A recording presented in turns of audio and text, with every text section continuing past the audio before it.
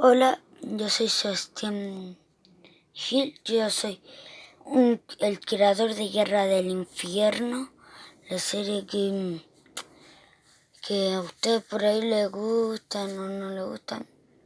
A usted le debe gustar, a mí me gusta. Se trata de un pirata, un comodoro y un pirata fantasma que fue de la armada. Es como Salazar de los Piratas del Caribe, esa. Ahora les muestro mi nuevo barco. Venme en Guerra del Infierno.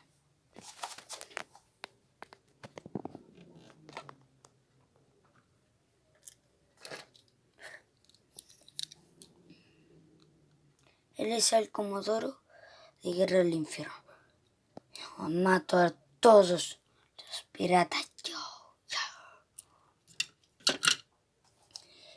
Este es su hijo, Billy. Hola.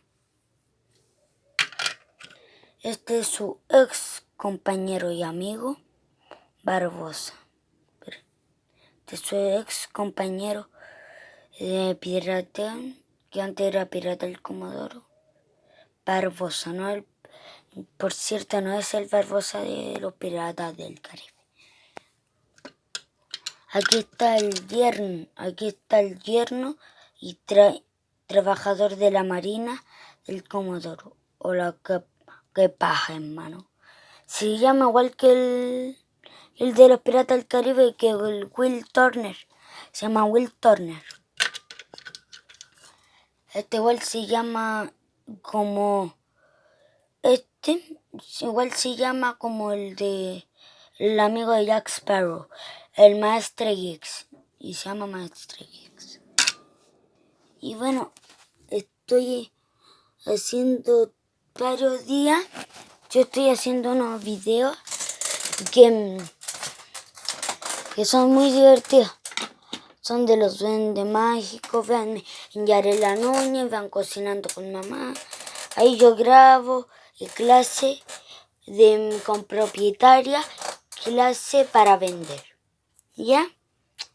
Y les voy a mostrar los villanos de la serie. Él es Salazar, que él era el dios de los piratas, que no lo encontraba, que era mitad serpiente antes.